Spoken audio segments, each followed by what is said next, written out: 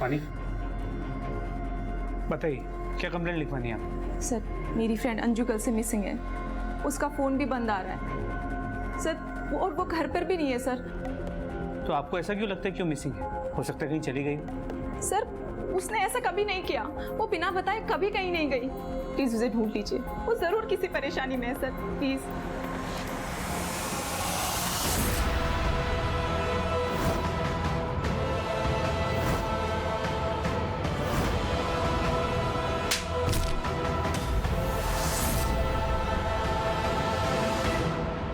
यार क्या फर्क पड़ता है, बॉस नया हो या पुराना, होते तो खड़ूस ही है ना। कम से कम पुराने वाले की आदत तो थी, नए वाले की वापस से आदत डालनी पड़ेगी। ओ बाय द वे, शर्मा कह रहा था बहुत डिमांडिंग है ये। वो तो मैं हूँ, अगर नहीं होगा तो ऑफिस आवर्स में ऐसे ही गॉसिप चलती रहेंगी। So I'm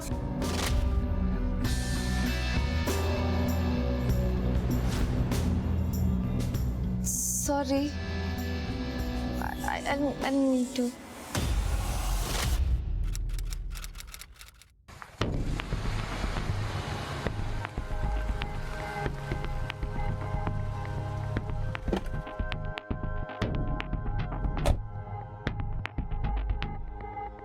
सर, दरवाजा तोड़ दीजिए।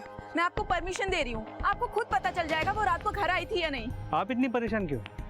अंजू का परिवार नहीं है, उन्हें उसकी परवाह नहीं है। सर, उसकी कोई फैमिली नहीं है सिवाय उसके मंगेतर वीरू के, और मुझे नहीं पता वो कहाँ है और अंजू को क्यों नहीं ढूंढ रहा है। देखिए, वो जो कुछ भी है, हम ऐसे ताला नहीं तोड़ सकते। सर, क्या हुआ यहाँ पे? आप लोग? सर, यही है अंजू का मंगेतर वीरू। आपकी मंगेतर कहाँ है? हम उसे ढूंढते हुए यहाँ आए। मुझे खुद नहीं पता सर, मैं तो खुद उसे ढूंढता हुआ यहाँ पे पहुँचा हूँ। आपके पास घर की चाबी है? नहीं सर। तो फिर हमें ताला तोड़ना पड़ेगा। परमजीत, ताला तोड़वाओ। सर।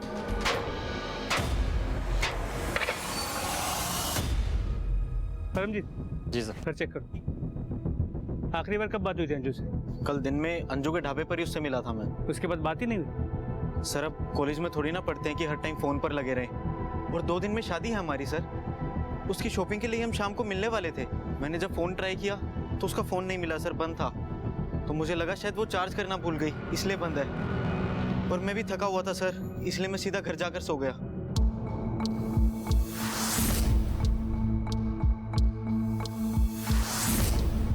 सर, लग तो नहीं रहा अंजलि घर वापस आई थी रात में। सब कुछ एकदम नीट एंड क्लीन है सर। कुछ दिन में माँ भी बनने वाली थी, ढाबा चला रही थी, सो अलग। कुछ फिट नहीं बैठ रही ये बात।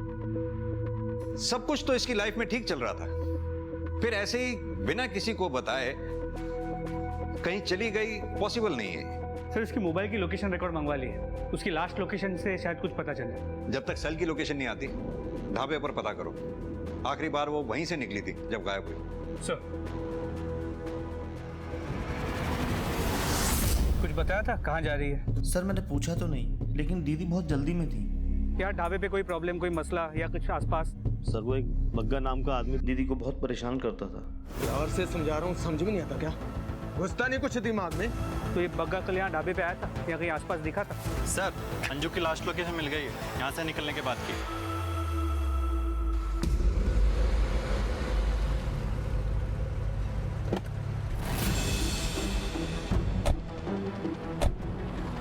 आसपास चेक करो, इस तरफ देखो। सर, ये फोन मिला है।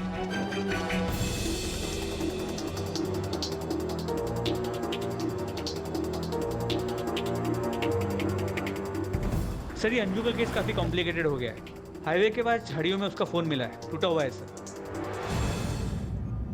ठीक है सर, हम आसपास पूछताछ करते हैं।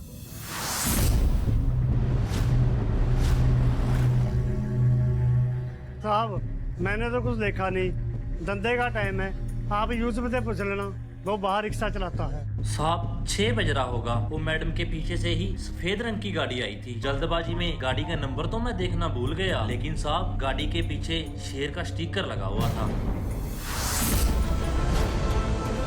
जब मैं पहली बार अंजू से मिला उसके ढाबे पर और मैंने अपने दिल की बात उससे कही, तो सर उसने सबसे पहले अपने पति के बारे में ही मुझे बताया था, और उस दिन से ही अंजू का बच्चा मेरा बच्चा हो गया सर।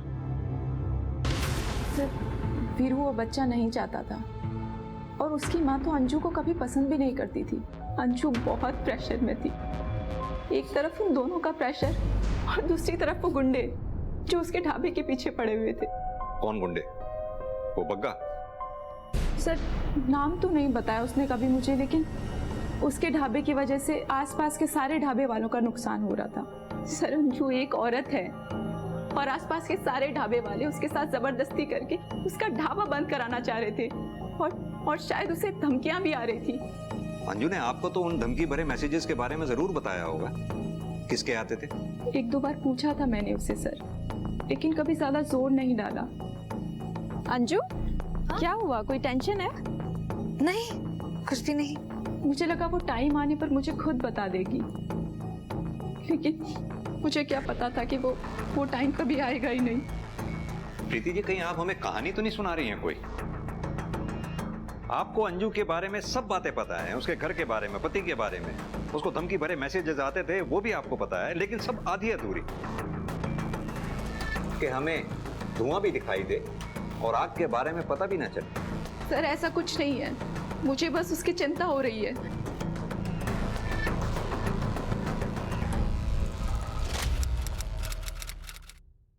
वीरू को ये बच्चा नहीं चाहिए प्रीति, वो छोड़ देगा मुझे।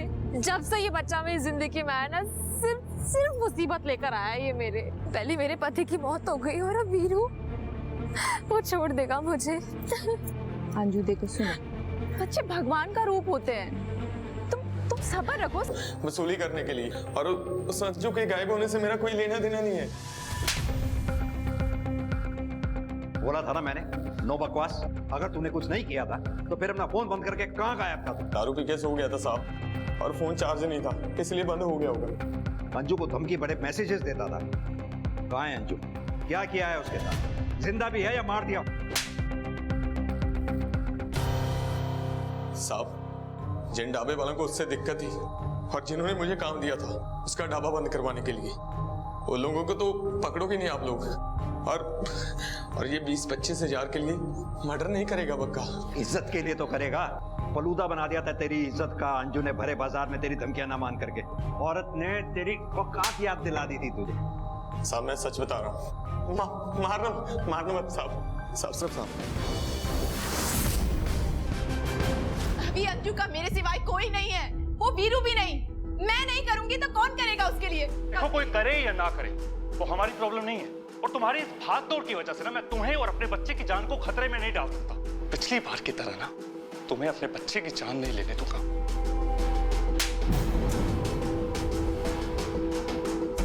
अभी पेट से है वो, और नहीं होती तो?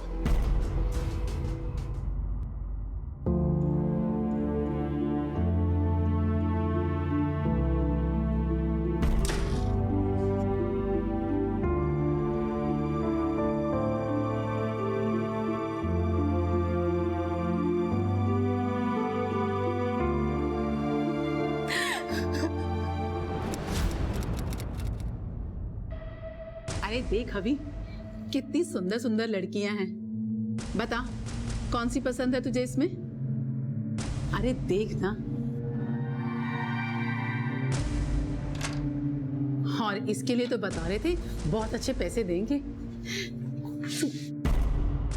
ये क्या हो रहा है अभी? अभी क्या बताएगा, मैं बताती हूँ। दूसरी शादी कर रही हूँ इसकी। तुम तो मुझे पोता दोगी नहीं। तुम क्या चाहती हो, मैं बिना पोते का मुंह देखे ही मर जाऊं? अभी दूसरी शादी? सच में? तुम मेरे साथ ऐसा कैसे कर सकते हो अभी? तुम जानते हो कि मुझ में कोई प्रॉब्लम नहीं है। अभी प्लीज मेरे साथ ऐसा मत करो, मैं फिर से प्रेग्नेंट हो जाऊंगी। तुम जानते हो कि कितना स्ट्रेस है मेरे ऊपर। अभी देखो ना मेरी तरफ प्लीज।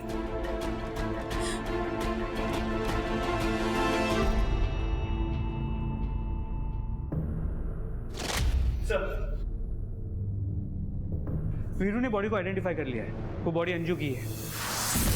और पोस्टमार्टम रिपोर्ट से पता चला है कि अंजू की मौत से ठीक पहले उसकी डिलीवरी हुई थी। और सर उसके बच्चे के पोस्टमार्टम रिपोर्ट से ये इंटरेस्टिंग बात सामने आई है। बैकग्राउंड में जाओ, छोटी से छोटी चीज का पता लगाओ। और ये उस अनरजिस्टर्ड नंबर की कुछ डिटेल्स आई हैं जिससे अंजू को टेक्स्ट किया जाता था। गुड़गांव की एक मोबाइल शॉप से 8 महीने पहले ये वहां से खरीदा गया था। गुड़गांव पुलिस को इन्फॉर्म करके इस दुकानदार से इस नंबर की डिटेल्स निकलो। तब तक मैं रितु से बात करके आता। प्रीति की बहन रितु?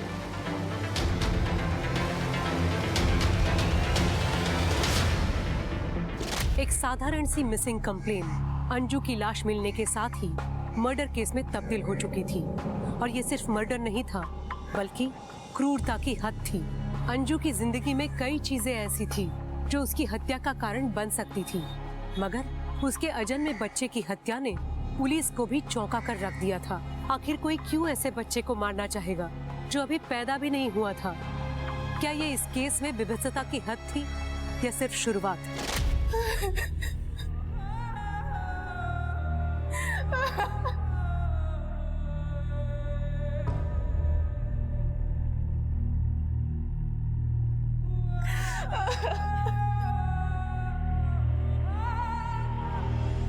मुझे कुछ टाइम अंजू के साथ अकेला चाहिए, उसके जाने से पहले।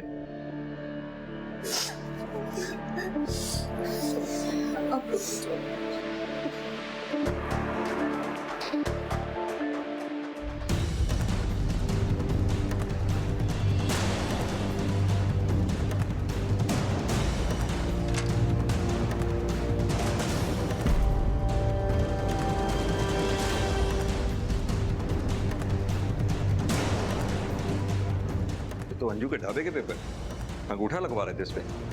सर वो अंजू शादी के बाद मेरे नाम करने वाली थी और मैं बस उसकी आखिरी इच्छा ही तो पूरी कर रहा हूँ सर। ऐसे चोरों की तरह?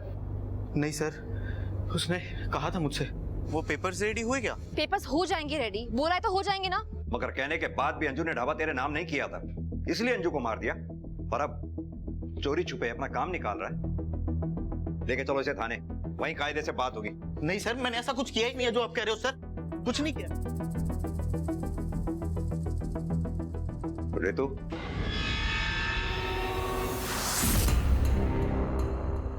मैंने अंजू को टेक्स्ट किया था, लेकिन उसने कोई रिप्लाई ही नहीं दिया। क्यों टेक्स्ट किया था? वो भी उस दिन जिस दिन अंजू के साथ ये हादसा हुआ? सर, एक्चुअली मैं प्रीति से अलग अपने रेंट पे रहने का सोच रही थी, ताकि मेरी वजह से उसे और उसके ससुराल वालों को भी कोई प्रॉब्लम ना हो। और अगर अंजू के ढाबे पर काम मिल जाता तो मेरा रेंट निकल जाता। ठीक है, अभी तो तुम जाओ, जरूरत पड़ी तो फिर पूछताछ करें। ठीक है सर।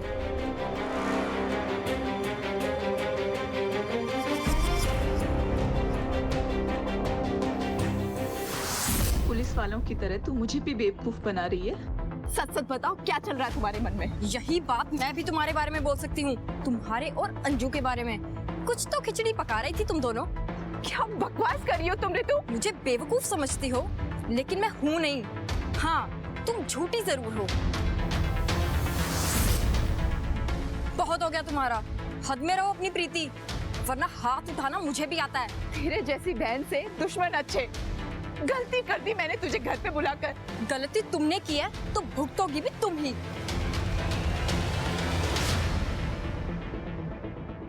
सर ये सही है कि मुझसे गलती हुई है सर ढाबे को लेकर, लेकिन मैं सच में अंजू से शादी करना चाहता था सर। और हमारी शादी से ही तो परेशानी थी सर सब लोगों को। किन लोगों को? किसने लिखा था वो नोट? सर पक्का तो नहीं कह सकता, लेकिन हाँ 4-5 लोग थे अंजू के मोहल्ले में जिन्होंने 2 महीने पहले तमाशा किया था। उनमें से कोई भी हो।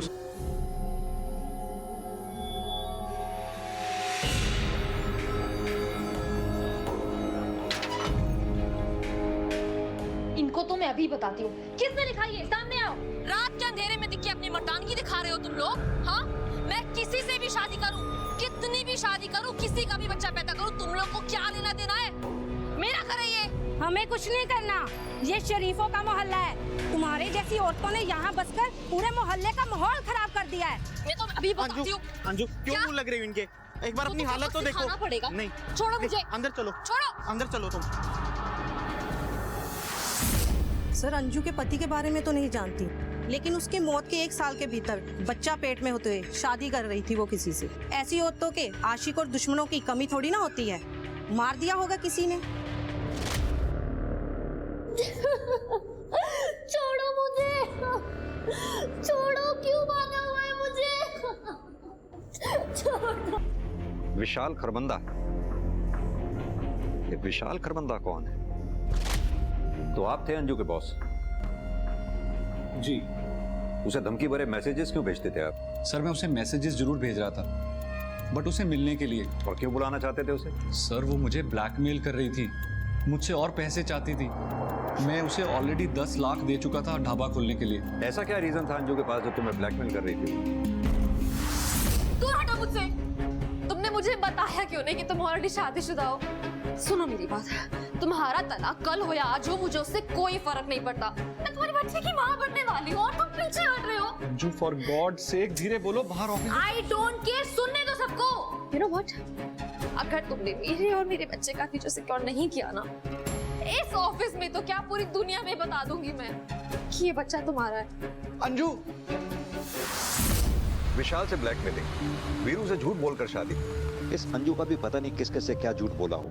एक काम करो सिंह, इस विशाल के लिए भाई चेक करो, पता करो मर्डर वाले दिन ये जलंधर में था या नहीं। सर विशाल का अंजू के साथ कनेक्शन था, लेकिन उस दूसरी औरत से। सिंह फिलहाल तो किसी भी पॉसिबिलिटी को रूल आउट नहीं किया जा सकता है जब तक कि सच सामने ना आए।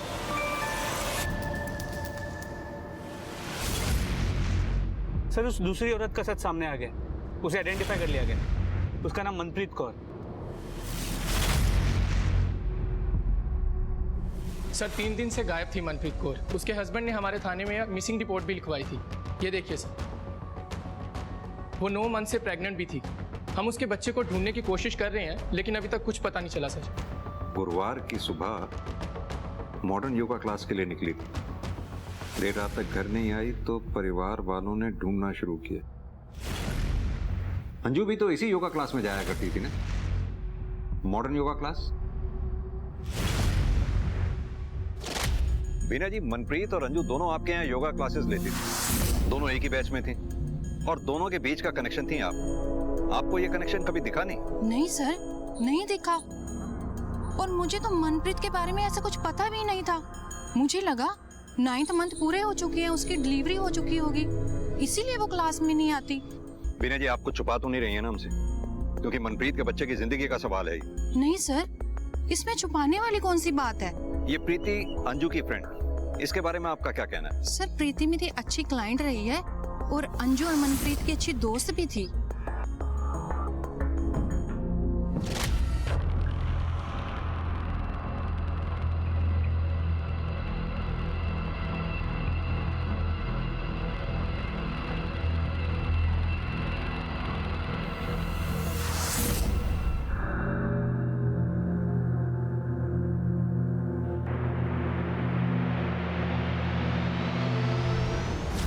सुबह योगा क्लास के लिए गई थी, उसके बाद ना कोई खबर है ना कोई फोन मिल रहा है। पता नहीं कहाँ पे गई है सर वो। योगा क्लास? जी सर, मैंने सुबह फोन किया था उनको, उन्होंने कहा कि वो वहां नहीं आई। सर आप प्लीज उसे ढूंढिए सर, प्लीज सर, मेरे बच्चों को कुछ नहीं होना चाहिए सर। मेरे बीवी बच्चों को बचा लीजिए सर। चिंता मत करो, हम कोशिश करें। सर प्रीति को जाते हुए तो देखा था, पर वो ना थोड़ा जल्दी में थी। सर ये खूब लड़ते झगड़ते थे, इनके घर में से आवाजें आती थी। कुछ दिन पहले की बात है, प्रीति और रीतू को मैंने आपस में लड़ते हुए देखा। सर कहना तो नहीं चाहिए, पर मुझे लगता है कि रीतू और अभी के बीच में कुछ ना कुछ जरूर चल रहा है। सर ये बकवास किसने कर दिया आपको? ऐसा लग नहीं रहा तुम्हारी बॉडी लैंग्वेज देखकर कि ये सब बकवास है। अभी तुम्हारे बीवी और बच्चे की जान खतरे में है। अब तुम डिसाइड करो, तुम्हें टाइम पास करना है या सब कुछ सच सच बताना है। जी सर, रीतू और मेरा अफेयर चल रहा था, लेकिन सर इन सब के बावजूद ना मैं प्रीति से बहुत प्यार करता हूँ। ये अजीब प्यार है तुम्हारा अपनी बीवी के लिए कि उसी की बहन के साथ तुम अफेयर भी कर रहे हो। प्रीति ये सब जानती थी, इनफैक्ट उसी ने ये सब करने के लिए कहा था। मेरी खुद की बहन ने मेरा इस्तेमाल किया, मुझे अपने पति के साथ सोने के लिए बोला ताकि मैं उसे और अभी को एक बच्चा दे सकूं। और अभी उसे छोड़कर किसी और दूसरी औरत के साथ शादी ना कर ले। लेकिन सर, जैसे ही प्रीति खुद प्रेग्नेंट हुई, मुझे अभी को छोड़ने के लिए कहने लगी। सर, मेरे मन में अभी के लिए फीलिंग्स हैं, तो ऐसे कैसे छोड़ दूं? सही कह रही हैं आप, ऐसे कैसे छोड़ दें किसी को? गुस्सा तो आएगा ही, इसीलिए शायद प्रीति को गायब कर दिया आप। सर, मैंने आपको सब कुछ सच सच बता चुका हूँ। मेरे बच्चे की माँ बनने वाली है वो। एक बच्चा ना मैं पहले खो चुका हूँ, अब दूसरा नहीं खो सकता सर। प्लीज उसे ढूंढिए सर, देखिए प्लीज उसे ढूंढिए सर। एक मिनट, बच्चा खो चुका हूँ मतलब?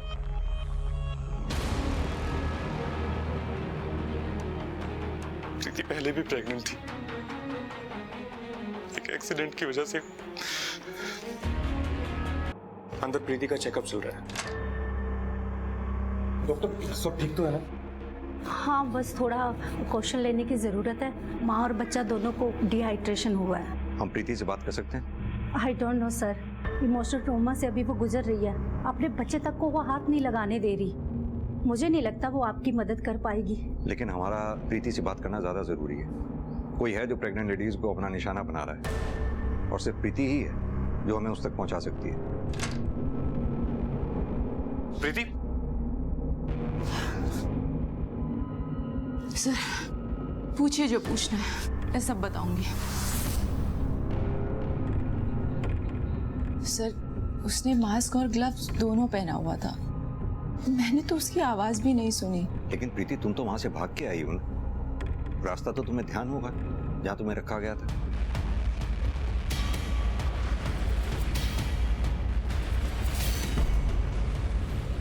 परमजीत, फोरेंसिक टीम को बुलाओ।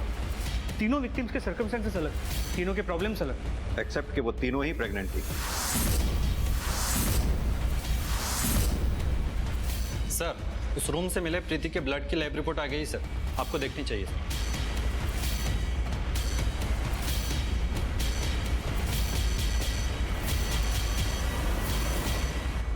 प्रीति से मिलना पड़ेगा। मैंने कुछ नहीं किया सर। बहुत सुन लिया हमने। ये इसमें तुम्हारी ब्लड रिपोर्ट है जो हमें तुम्हारे डिलीवरी वाले रूम से मिली। साफ साफ लिखा है इसमें तुम्हारे ब्लड में प्लेसेंटा है ही नहीं, जो एक प्रेग्नेंट लेडी के ब्लड में होना जरूरी है। मतलब ये कि आपकी बहू कभी प्रेग्नेंट थी ही नहीं। इसकी प्रेगनेंसी से लेकर डिलीवरी तक आपसे झूठ बोला इसने, इसीलिए तुमने डॉक्टर को अपने बच्चे को छूने तक नहीं दिया था। अपने बच्चे तक को वो हाथ नहीं लगाने दे रही। डॉक्टर इस बच्चे को देख लेती है, छू लेती तो उसे पता चल जाता कि ये बच्चा 6 से 7 दिन पहले हुआ था। और किडनैपिंग का नाटक तो तुमने 2 दिन पहले किया था, यानी कि ये बच्चा तुम्हारा है ही नहीं। नहीं, ये बच्चा मेरा है। ठीक है, तो हम इस बच्चे का डीएनए टेस्ट करवा लेते हैं, उसके बाद साफ हो जाएगा। और इस बच्चे को तुम एक पल भी अपने पास नहीं रख पाओगे। नहीं, नहीं, मैंने तो ये बच्चा, अगर मैंने ये बच्चा खो दिया तो ये लोग मेरा जीना हराम कर देंगे। मैंने सिर्फ और सिर्फ अपनी शादी बचाने के लिए ये सब किया। पहले बच्चे को खोने के बाद इन लोगों ने मेरा जीना मुश्किल कर दिया था। या तो ये दोनों बहनें यहाँ रहेंगी या दोनों ही जाएंगी। और अभी तो दूसरी शादी करना चाहते थे। जीतू को मैं अपनी शादी बचाने के लिए लेकर आई थी, लेकिन ये तो मेरी शादी खराब करने में तुली हुई थी। सच सच बताओ, क्या चल रहा है तुम्हारे मन में? यही बात मैं भी तुम्हारे बारे में बोल सकती हूँ, तुम्हारे और अंजू के बारे में। मुझे कुछ समझ नहीं आ रहा था कि मैं क्या करूं, इसीलिए मैंने प्रेगनेंसी का नाटक किया। मतलब किसी और का बच्चा तू मेरे गले बांधने वाली थी, और इतने टाइम से हम सबको बेवकूफ। अबे ज्यादा मर्दानी की दिखाने की जरूरत नहीं, वहीं खड़े हो जाओ। आप मेरे बेटे को बोल रहे हैं, जबकि सारा प्रपंच इस औरत का रचा हुआ है। प्रपंच इसका नहीं, इस प्रपंच में आप और आपका बेटा दोनों बराबर के हिस्सेदार हैं। अगर आप लोगों ने प्रीति के ऊपर बच्चा पैदा करने के लिए प्रेशर नहीं डाला होता तो आज ये सब होता ही नहीं। पता नहीं आप जैसे लोग कब एक औरत को बच्चा पैदा करने की मशीन की बजाय एक इंसान समझेंगे। प्रीति, क्या अपनी फेक प्रेगनेंसी को साबित करने के लिए ही तुमने अंजू को मारा? नहीं नहीं, मैंने अंजू को नहीं मारा, उल्टा वो तो मेरी मदद करना चाहती थी सर। रीरो को तो ये बच्चा वैसे भी नहीं चाहिए प्रीति, तो डिलीवरी होते ही मैं ये बच्चा तुम्हें दे दूंगी। मैं भी मायके जाने की सोच रही हूँ, पर रितु है कि जाने को तैयार ही नहीं है। अब तुम बताओ, अगर मैं मायके नहीं गई तो ये बच्चा कहाँ बदलेंगे हम लोग? कहीं रितु को कुछ शक तो नहीं हो गया है? और डाउट की तो कोई वजह ही नहीं है, बस अब सब कुछ ठीक हो जाए जल्दी से। अंजू के गायब हो जाने के बाद मेरी मुसीबतें बढ़ गई थी। मैं क्यों मारूंगी उसे सर? हो सकता है अंजू की ममता जाग गई हो, तुमने अंजू के साथ जबरदस्ती की होगी। अंजू का बच्चा मरा हुआ पैदा हुआ जो तुम्हारे किसी काम का नहीं था, इसीलिए तुमने अगला शिकार मनप्रीत को बनाया। ये बच्चा मनप्रीत का ही है ना? हाँ, ये मनप्रीत का बच्चा है, लेकिन मैंने मनप्रीत को नहीं मारा है। तो फिर मनप्रीत का बच्चा तुम्हारे पास आया कैसे? वो मैं आपको नहीं बता सकती, मैंने किसी से वादा किया हुआ है। देखो प्रीति, अगर तुम हमें सच नहीं बताओगी तो जेल जाओगी और ये बच्चा भी तुम्हारे पास नहीं रह पाएगा। अगर तुम हमारी मदद अंजू और मनप्रीत के कातिल को पकड़वाने में करोगी तो रहना तो सीख। इसे लगता है इसने भगवान की गलती सुधार के बहुत अच्छा काम किया है। सच तो इसे पता ही नहीं है। कैसा सच? सच्चाई ये है कि अंजू अपना बच्चा प्रीति को देने वाली थी, वो भी सबसे छुप कर, ताकि प्रीति को टॉर्चर ना सहना पड़े। लेकिन तूने उन दोनों के बीच में आकर सारा खेल खराब कर दिया। अंजू और मनप्रीत तो अपनी जान से गई ही, प्रीति की जिंदगी और बर्बाद कर दी।